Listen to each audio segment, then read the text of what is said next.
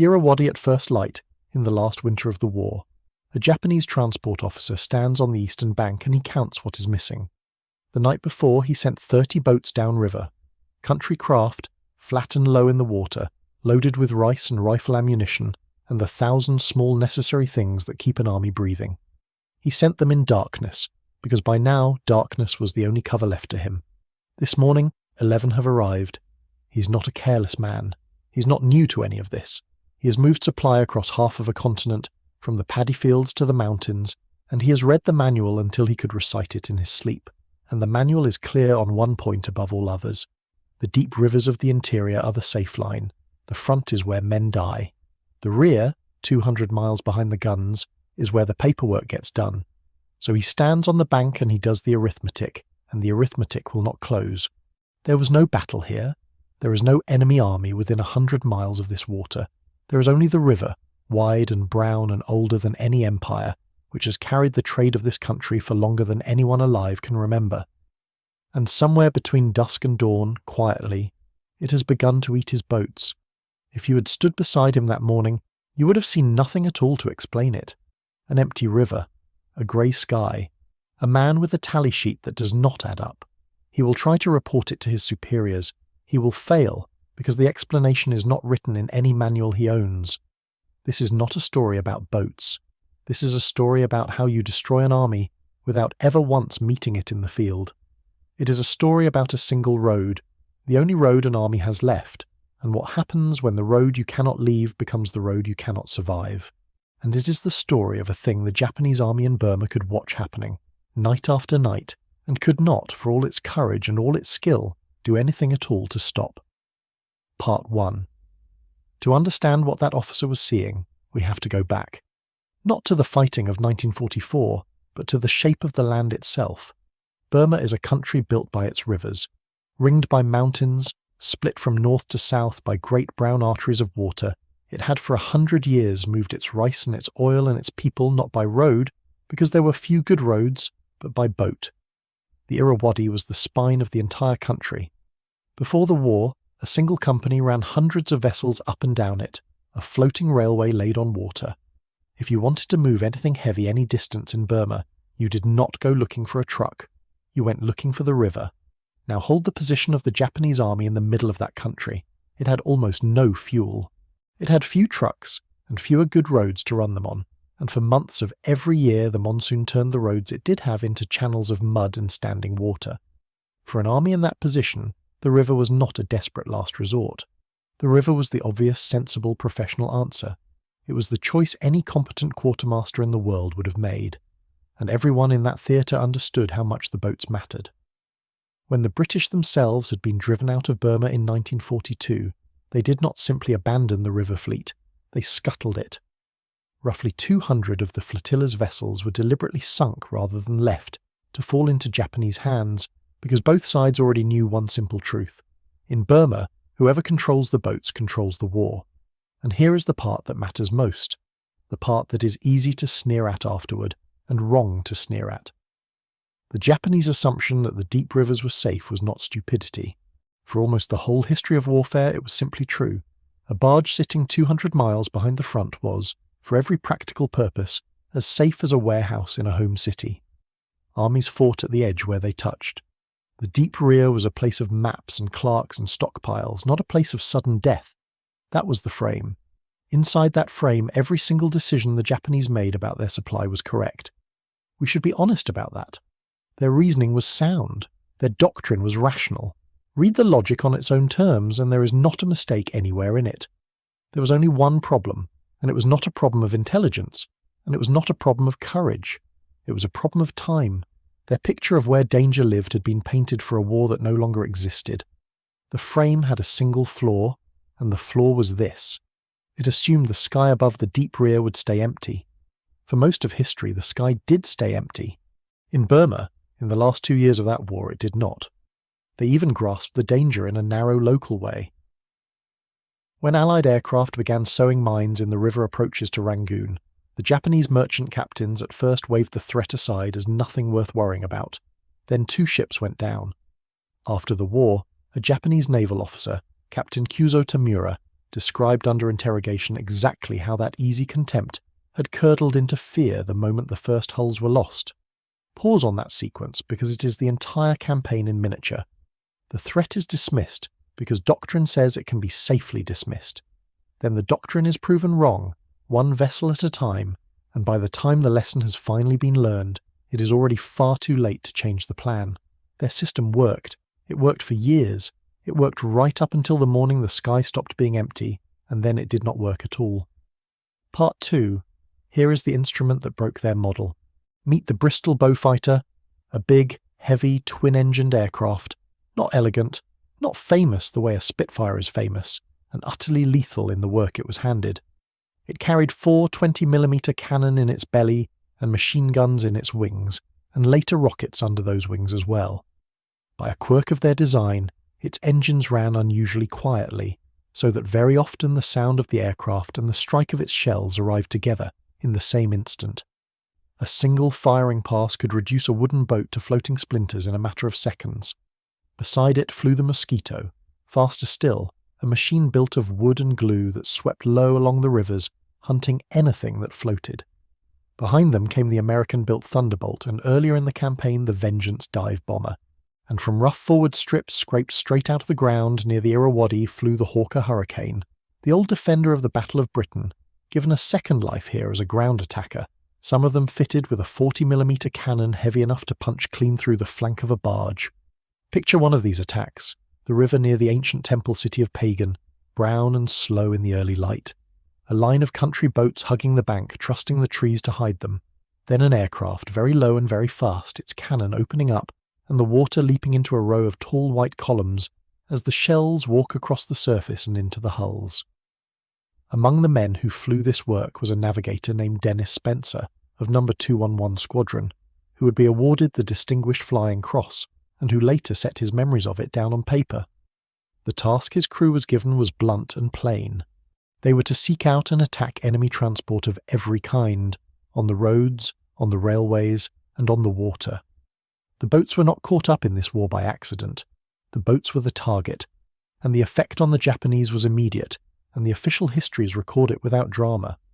The coasters and the rivercraft could no longer move by daylight at all. They were driven to hide through the daylight hours and to run only after dark, which is exactly what our officer on the bank was doing, and exactly why he was losing them all the same. The tallies from this campaign are startling, and I am going to hand them to you honestly, as precisely what they are, which is claims made by aircrew and set down in squadron records and not perfectly audited counts. In one stretch of 1943, a single force of Beaufighters recorded 160 sampans destroyed and 2,624 damaged, along with barges and locomotives and railway wagons and vehicles. Along the coast, by February 1945, the Beaufighter squadrons of one group were claiming almost 700 small vessels sunk or damaged. Treat every one of those figures as a claim, then halve it or quarter it, and it still describes boats destroyed by the hundred. And here is why a humble riverboat was worth 4 cannon and a pilot's life. A single small craft could carry roughly 3 days of food for 70 soldiers, and to build just one of them took about 20 men a month of steady work. So read the exchange plainly. A few seconds of gunfire against a month of somebody's labour and 3 days of somebody's rations, all of it poured into the river. Now do that 100 times a week, up and down 1,000 miles of water, and you're no longer sinking boats. You're starving an army, one meal at a time. Men flew that work down among the reeds, inside the range of every rifle on the bank, and a great many of them never came home from it. If this story means anything to you at all, if the crews who went out low over those rivers so that an army on the far side of the world could move forward deserve to be remembered, then a single like on this video keeps their story in front of a few more people. It costs you nothing. It matters more than it should. Part 3. Now step back from the water, because the strafing run is not the clever part of this story. Almost anyone can shoot at a boat. The clever part, the part the Japanese could not answer, is the reason those boats could never be protected, and that turns out not to be a question about aircraft at all. It is a question about industry and geography and the whole shape of the two machines that were fighting. Here is the number the entire story rests on. Across the whole of Burma, at the height of this campaign, the Japanese could put into the air at most 125 aircraft, and half of those were fighters. Against them the Allies flew roughly 1,500. 125 against 1,500. Say that number again and let it settle. 125 aircraft to defend an entire country, an entire army, and every single mile of every river that army lived on. It was not enough to defend the front. It came nowhere close to enough to defend the deep rear as well. That is what air supremacy actually means, and it is worth being exact about how total it was. Allied aircraft ranged so freely that on one occasion they destroyed 31 enemy machines on the ground at an airfield close to Bangkok, 780 miles from the nearest Allied base. 780 miles. If they could reach that far simply to strike at an airfield, then there was no stretch of river anywhere in Burma that lay beyond their arm. The rear was not safe, because in this war, with this instrument, there was no longer any such thing as the rear. And now hold two facts side by side, because together they are the trap itself. With one hand, that same air power was hunting the Japanese supply along the water. With the other hand, it was carrying the whole supply of its own army through the air. Across the campaign, Allied transport aircraft delivered some 600,000 tons of supplies. In the single month of February 1945, more than 60,000 tons. They were feeding an army of more than 300,000 men almost entirely from the sky. The commander who would run that airlift in the final push, Air Chief Marshal Sir Keith Park, said afterward that if anyone had proposed at the very start reaching Rangoon with an entire army supplied from the air alone, the idea would never have been taken seriously, and yet that is precisely what they did. Sit with the two halves of that together. The British had reached a point where they could supply a whole army through the air, while at the same time denying the enemy the ability to supply his own by air, by road, or by river. The one instrument fed one side and starved the other. That is not a tactic. That is a system defeating a system, and the Japanese could not copy it. This is the heart of the whole matter. Their failure was not a failure of will. It was not a failure of courage. It was a failure of arithmetic. Even if some far-sighted Japanese commander had understood the entire problem perfectly, and one or two of them very likely did, he had nothing whatever to solve it with. He had no aircraft to spare from the front. He had almost no fuel to fly the aircraft he already had. He had no industry within 1,000 miles able to build an air umbrella over the rivers. The single thing that could have made the water safe again was air cover, and air cover was the one thing the whole Japanese position in Burma could not manufacture. 125 against 1,500. That is why they could watch it happening and could not stop it. Not because they were blind, because the arithmetic of the sky had already been settled somewhere else entirely, in factories and training schools half a world away, long before the first boat was ever lost. This was a single, woven thing, air and ground bound together, and the man on the ground felt it directly. Field Marshal William Slim, who commanded the army that walked this country, wrote that his fighters would place their fire, and I quote him only briefly here, within 100 yards of our own men.